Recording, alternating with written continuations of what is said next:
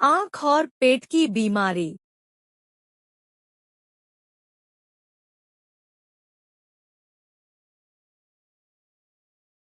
सभी मनुष्यों में दो तरह की बीमारी है, आँख की बीमारी और पेट की बीमारी।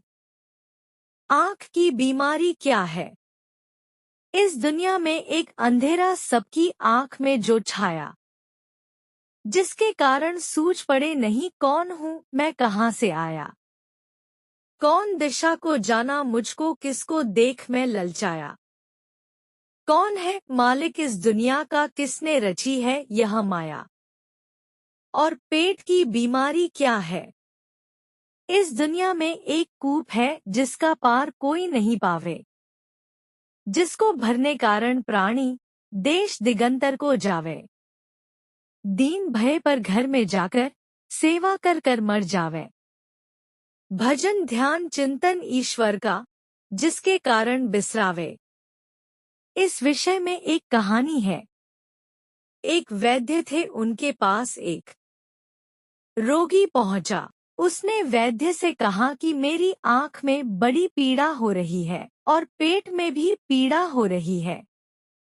वैद्य ने उसको लिटाकर उसका पेट देखा और आंख देखी। इतने में एक दूसरा रोगी आया।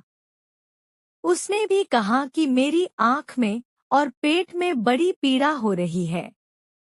वैद्य ने विचार किया कि यह कैसी हवा चली है, सबको एक ही बीमारी।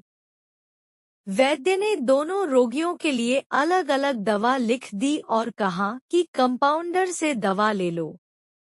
कंपाउंडर ने दोनों को दवा की दो दो पुड़िया बनाकर दे दी, एक आंख के लिए और एक पेट के लिए। वैद्य ने समझा दिया कि देखो, यह आंख में डालने की पुड़िया है। इसको रात में सोते समय आंख में डालना और बार बार पलक झपकाना, जिससे आंख से गरम गरम पानी निकल जाएगा। फिर सो जाना, इससे आंख ठीक हो जाएगी। यह दूसरी पुड़िया पेट के लिए है। इसको एक पाव जल में डालकर आंख पर रख देना। जब जल एक छटाक रह जाए तब वह काढ़ा छान कर पी लेना। इससे पेट ठीक हो जाएगा और दस्त लगने से आंख में भी लाभ होगा। दोनों रोगी दवा लेकर चले गए। घर जाकर एक रोगी ने तो ठीक वैसा ही किया जैसा वैद्य ने कहा था। आंख की दवा आंख में डाल दी और पेट की दवा पेट में। परंतु दूसरे रोगी ने पुड़िया उलट दी। उसने पेट की दवा आंख में डाल दी और आंख की दवा पेट में डाल दी। आंख में थोड़ा सा कचरा भी पड़ जाए तो पीड़ा होने लगती है, पर उसने पेट का चूर्ण आंख में डाल दिया। इससे आंख की पीड़ा बढ़ गई। आंख की दवा ठंडी होती है, वह पेट में चली गई तो पेट की पीड़ा भी बढ़ गई। अब वह वैद्य कोड़ोट गाली देने लगा कि तेरे बाप को मैंने मारा था क्या? वह तो अपनी मौत मरा था, फिर मेरे से किस दिन का बदला लिया है? दूसरे दिन वह दवाखाना खुलने से पहले ही वहां जा बैठा। वैद्य जी आए और दवाखाना खोलकर उससे पूछा, खो कैसे हो? वह बोला, कैसे क्या हूँ? वैद्य ने कहा, रे क्या हुआ? वह बोला, हुआ क्या, जो तुमने किया वही हुआ। वैद्य ने कहा, मैंने क्या किया? वह बोला, ऐसी दवा दे दी कि मेरी आंख की पीड़ा भी बढ़ गई और पेट की पीड़ा भी बढ़ गई। साफ कह देते कि मैं दवा नहीं देता, मेरे पास ज्यादा रुपया तो है नहीं, इसलिए उल्टी दवा दे दी। वैद्य ने कहा, भाई पीड़ा कैसे बढ़ गई? किसी आदमी को दवा जल्दी असर करती है, किसी को नहीं करती। यह तो अपनी अपनी प्रकृति के अनुसार होता है, पर पीड़ा बढ़ने का तो कोई कारण ही नहीं है। वह बोला, मैं तो भुक्तभोगी हूँ, मेरी पीड़ा तो बढ़ गई।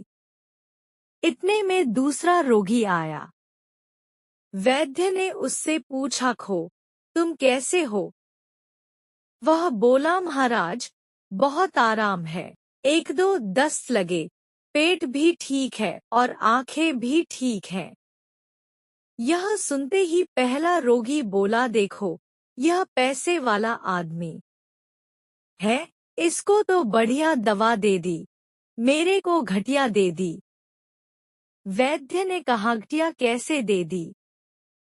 जो दवा उसको दी वही तुमको भी दी। तुम्हारी पुड़िया कैसी थी? रोगी ने जेब से चूर्ण की पुड़िया निकालकर वैद्य के सामने पटक दी और बोला, यह है वह पुड़िया। वैद्य ने कहा, दूसरी पुड़िया? वह बोला, दूसरी तो मैं काढ़ा बनाकर पी गया। यह पुड़िया आंख में डाली थी, दवा ज्यादा थी, इसलिए बच गई। वैद्य ने कहा कि इसको निकालो यहाँ से। उल्टी दवा तो यह खुद लेता है और कहता है कि तुमने मेरी पीड़ा बढ़ा दी। इसी तरह हम सब लोग रोगी हैं। हमारी आंख की बीमारी क्या है? वास्तविक बात सूझती नहीं है। खुद तो जानते नहीं, दूसरे की मानते नहीं। जो अधूरा जानते हैं उसी को पूरा मान लेते हैं कि बस यही ठीक है। पेट की बीमारी क्या है? पेट कभी भरता ही नहीं। दरिद्र का भी पेट नहीं भरता और लखपति करोड़पति का भी पेट नहीं भरता। कितना ही मिल जाए तो भी कहते हैं कि क्या करें, काम नहीं चलता। इन दोनों रोगों के लिए भगवान ने हमें 2 पुड़िया दी हैं, प्रारब्ध और पुरुषार्थ। आंख की बीमारी के लिए पुरुषार्थ है और पेट की बीमारी के लिए प्रारब्ध है। पुरुषार्थ करेंगे तो आंख का रोग दूर होगा और अपने कर्तव्य का पालन करते हुए प्रारब्ध पर विश्वास करेंगे कि जो हमारे भाग्य में लिखा है वही मिलेगा, तो पेट का रोग दूर होगा। प्रारब्ध शोक चिंता मिटाने के लिए है, आलस्य कर्मण्य बनाने के लिए नहीं। जैसे बेटा बीमार हो तो अपनी सामर्थ्य के अनुसार उसका भली भांति इलाज करते करते अगर वह मर जाए तो मन में इस बात को लेकर चिंता, शोक, दुख नहीं होगा कि हमने अपनी तरफ से उसके इलाज में कमी रखी। बेटा तो प्रारब्ध के अनुसार ही मरेगा, पर अपने पुरुषार्थ में कमी होगी तो चिंता, शोक, दुख होगा कि हमने अपने कर्तव्य का ठीक पालन नहीं किया। इसलिए जो करने में सावधान और होने में प्रसन्न रहते हैं, उनकी आंख का रोग भी ठीक हो जाता है और पेट का रोग भी। परंतु जो पुड़िया उलट देते हैं, अर्थात आंख के रोग के लिए प्रारब्ध और पेट के रोग के लिए पुरुषार्थ लगा देते हैं, उनके ये दोनों ही रोग बढ़ जाते हैं। ऐसे लोगों से सत्संग, स्वाध्याय, भजन ध्यान करने के लिए कहा जाए तो वे कहते हैं कि कैसे करें महाराज, हमारे तो भाग्य में ही नहीं है। प्रारब्ध से मिलने वाले धन के लिए रात दिन पुरुषार्थ में लगे रहते हैं। सारा पुरुषार्थ पेट के लिए लगा देते हैं और आंख के लिए कुछ करते ही नहीं। भगवान का नाम लेने के लिए कहो तो कहते हैं कि नाम कैसे ले, मुख में 100 मन का ताला लगा है। नाम लेना हमारे भाग्य में लिखा ही नहीं है। भगवान की ऐसी ही मर्जी है, हम क्या करें, हमारा क्या दोष है। अनुकूल या प्रतिकूल परिस्थिति का प्राप्त होना प्रारब्ध के अधीन है और प्राप्त परिस्थिति का सदुपयोग करना पुरुषार्थ के अधीन है। इसलिए कर्तव्य पालन, सत्संग, स्वाध्याय, भजन ध्यान आदि करने में तो मनुष्य स्वतंत्र है, पर धन कमाने में स्वतंत्र नहीं है। मनुष्य यह नियम तो ले सकता है कि मैं रोजाना इतनी माला जप करूंगा, इतना स्वाध्याय करूंगा, पर यह नियम नहीं ले सकता कि मैं रोजाना इतने रुपए कमाऊंगा। कारण कि भजन ध्यान आदि करना पुरुषार्थ के अधीन है और रुपए कमाना प्रारब्ध के अधीन है। परंतु जहाँ पुरुषार्थ लगाना चाहिए वहाँ प्रारब्ध लगा दिया, और जहाँ प्रारब्ध लगाना चाहिए वहाँ पुरुषार्थ लगा दिया। इससे दोनों बीमारियां बढ़ गईं। पेट की बीमारी बढ़ने से जीवन निर्वाह का खर्चा बहुत बढ़ गया। पढ़ाई लिखाई में, खान पान में, स्वाद शौकीनी में, रहन सहन में खर्चा बढ़ गया और कहते हैं कि स्टैंडर्ड ऊंचा होना चाहिए। सारा पुरुषार्थ स्टैंडर्ड ऊंचा करने में, पेट भरने में लगा दिया और आंख से कुछ दिखता ही नहीं है कि भगवान क्या है, संसार क्या है, मैं कौन हूँ, मेरे को क्या करना है। रात दिन 24 शिव प्रचारक भगवान शंकर की परंपरा को उनके शिष्यों बृहस्पति, विशालाक्ष, शिव, शुक्र, सहस्राक्ष, महेंद्र, प्राचेतस मनु, भरद्वाज, अगस्त्य मुनि, गौशरस मुनि, नंदी, कार्तिकेय, भैरवनाथ आदि ने आगे बढ़ाया। इसके अलावा वीरभद्र, मणिभद्र, चंदिस, नंदी, श्रृंगी, भृगिरटी, शैल, गोकर्ण, घंटाकर्ण, बाण, रावण, जय और विजय ने भी शैव पंथ का प्रचार किया। इस परंपरा में सबसे बड़ा नाम आदिगुरु भगवान दत्तात्रेय का आता है। दत्तात्रेय के बाद आदि शंकराचार्य, मत्स्येंद्रनाथ और गुरु गोरखनाथ का नाम प्रमुखता से लिया जाता है। 25 शिव महिमा। शिव ने कालकूट नामक विष पिया था जो अमृत मंथन के दौरान निकला था। शिव ने भस्मासुर जैसे कई असुरों को वरदान दिया था। शिव ने कामदेव को भस्म कर दिया था। शिव ने गणेश और राजा दक्ष के सिर को जोड़ दिया था। ब्रह्मा द्वारा छल किए जाने पर शिव ने ब्रह्मा का 5वां सिर काट दिया था। 26 शैव परंपरा। दशनामी, शाक्त, सिद्ध, दिगंबर, नाथ, लिंगायत, तमिल शैव, कालमुख शैव, कश्मीरी शैव, वीर शैव, नाग, लकुलीश, पाशुपत, कापालिक, कालदमन और महेश्वर सभी शैव परंपरा से हैं। चंद्रवंशी, सूर्यवंशी, अग्निवंशी और नागवंशी भी शिव की परंपरा से ही माने जाते हैं। भारत की असुर, रक्ष और आदिवासी जाति के आराध्य देव शिव ही हैं। शैव धर्म भारत के आदिवासियों का धर्म है। 27 शिव के प्रमुख नाम। शिव के वैसे तो अनेक नाम हैं, जिनमें 108 नामों का उल्लेख पुराणों में मिलता है, लेकिन यहाँ प्रचलित नाम जाने महेश, नीलकंठ, महादेव, महाकाल, शंकर, पशुपतिनाथ, गंगाधर, नटराज, त्रिनेत्र, भोलेनाथ, आदिदेव, आदिनाथ, त्र्यंबक, त्रिलोकेश, जटाशंकर, जगदीश, प्रलयंकर, विश्वनाथ, विश्वेश्वर, हर, शिव शंभु, भूतनाथ और रुद्र। 28 अमरनाथ के अमृत वचन। शिव ने अपनी अर्धांगिनी पार्वती को मोक्ष हेतु अमरनाथ की गुफा में जो ज्ञान दिया, उस ज्ञान की आज अनेकानेक शाखाएं हो चली हैं। वह ज्ञान योग और तंत्र के मूल सूत्रों में शामिल है। विज्ञान भैरव तंत्र एक ऐसा ग्रंथ है जिसमें भगवान शिव द्वारा पार्वती को बताए गए 112 ध्यान सूत्रों का संकलन है। 29 शिव ग्रंथ, वेद और उपनिषद सहित विज्ञान भैरव तंत्र, शिव पुराण और शिव संहिता में शिव की संपूर्ण शिक्षा और दीक्षा समाई हुई है। तंत्र के अनेक ग्रंथों में उनकी शिक्षा का विस्तार हुआ है। 30 शिवलिंग। वायु पुराण के अनुसार प्रलयकाल में समस्त सृष्टि जिसमें लीन हो जाती है और पुनः सृष्टिकाल में जिससे प्रकट होती है उसे लिंग कहते हैं। इस प्रकार विश्व की संपूर्ण ऊर्जा ही लिंग की प्रतीक है। वस्तुत यह संपूर्ण सृष्टि बिंदुनाद स्वरूप है। बिंदु शक्ति है और नाद शिव। बिंदु अर्थात ऊर्जा और नाद अर्थात ध्वनि। यही दो संपूर्ण ब्रह्मांड का आधार है।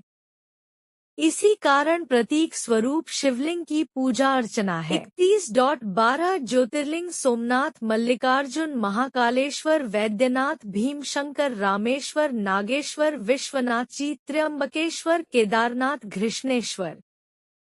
ज्योतिर्लिंग उत्पत्ति के संबंध में अनेकों मान्यताएं प्रचलित है। ज्योतिर्लिंग यानी व्यापक ब्रह्मात्मलिंग, जिसका अर्थ है व्यापक प्रकाश, जो शिवलिंग के 12 खंड है। शिवपुराण के अनुसार ब्रह्मा, माया, जीव, मन, बुद्धि, चित्त, अहंकार, आकाश, वायु, अग्नि, जल और पृथ्वी को ज्योतिर्लिंग या ज्योति पिंड कहा गया है। दूसरी मान्यता अनुसार शिव पुराण के अनुसार प्राचीन काल में आकाश से ज्योति पिंड पृथ्वी पर गिरे और उनसे थोड़ी देर के लिए प्रकाश फैल गया। इस तरह के अनेकों उल्का पिंड आकाश से धरती पर गिरे थे। भारत में गिरे अनेकों पिंडों में से प्रमुख 12 पिंड को ही ज्योतिर्लिंग में शामिल किया गया। 32 शिव का दर्शन। शिव के जीवन और दर्शन को जो लोग यथार्थ दृष्टि से देखते हैं वे सही बुद्धि वाले और यथार्थ को पकड़ने वाले शिव भक्त हैं, क्योंकि शिव का दर्शन कहता है कि यथार्थ में जियो, वर्तमान में जियो, अपनी चित्तवृत्तियों से लड़ो मत, उन्हें अजनबी बनकर देखो और कल्पना का भी यथार्थ के लिए उपयोग करो। आइंस्टीन से पूर्व शिव ने ही कहा था कि कल्पना ज्ञान से ज्यादा महत्वपूर्ण है। 33 शिव और शंकर। शिव का नाम शंकर के साथ जोड़ा जाता है। लोग कहते हैं शिव शंकर भोलेनाथ। इस तरह अनजाने ही कई लोग शिव और शंकर को एक ही सत्ता के दो नाम बताते हैं। असल दोनों की प्रतिमाएं अलग अलग आकृति की हैं। शंकर को हमेशा तपस्वी रूप में दिखाया जाता है। कई जगह तो शंकर को शिवलिंग का ध्यान करते हुए दिखाया गया है। शिव और शंकर दो अलग अलग सत्ताएं हैं। हालांकि शंकर को भी शिवरूप माना गया है। माना जाता है कि महेश, नंदी और महाकाल भगवान शंकर के द्वारपाल हैं। रुद्र देवता शंकर की पंचायत के सदस्य हैं। 34 देवों के देव महादेव। देवताओं की दैत्यों से प्रतिस्पर्धा चलती रहती थी। ऐसे में जब भी देवताओं पर घोर संकट आता था तो वे सभी देवाधिदेव महादेव के पास जाते थे। दैत्यों, राक्षसों सहित देवताओं ने भी शिव को कई बार चुनौती दी, लेकिन वे सभी परास्त होकर शिव के समक्ष झुक गए। इसीलिए शिव हैं देवों के देव महादेव। वे दैत्यों, दानवों और भूतों के भी प्रिय भगवान हैं। वे राम को भी वरदान देते हैं और रावण को भी। 35 शिव। हर काल में भगवान शिव ने हर काल में लोगों को दर्शन दिए हैं। राम के समय भी शिव थे, महाभारत काल में भी शिव थे और विक्रमादित्य के काल में भी शिव के दर्शन होने का उल्लेख मिलता है।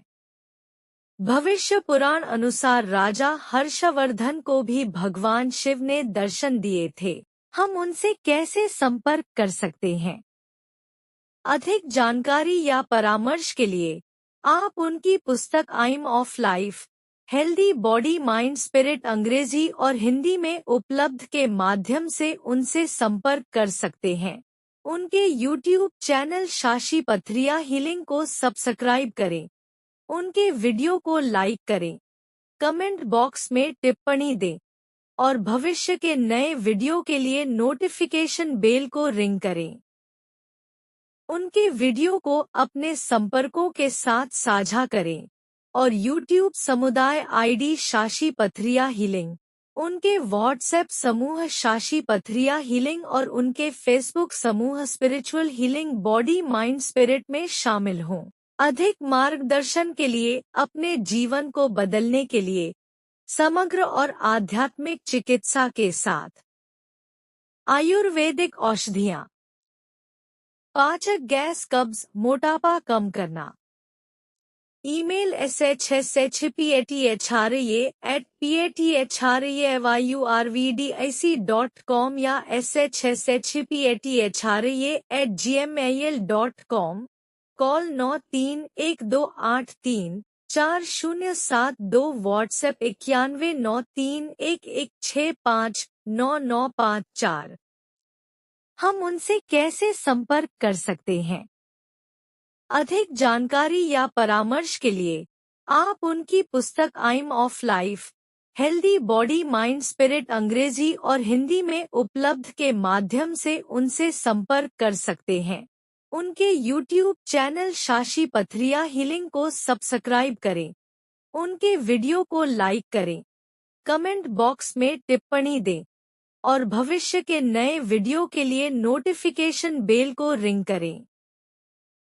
उनके वीडियो को अपने संपर्कों के साथ साझा करें और YouTube समुदाय आईडी शाशी पथरिया हीलिंग, उनके व्हाट्सएप समूह शाशी पथरिया हीलिंग और उनके फेसबुक समूह spiritual healing body mind spirit में शामिल हों। अधिक मार्गदर्शन के लिए अपने जीवन को बदलने के लिए समग्र और आध्यात्मिक चिकित्सा के साथ आयुर्वेदिक औषधियाँ। पाचक गैस, कब्ज, मोटापा कम करना। ईमेल shshpatha@pathrayurvdic.com या shshpatha@gmail.com। कॉल 9312834072। व्हाट्सएप 919311659954।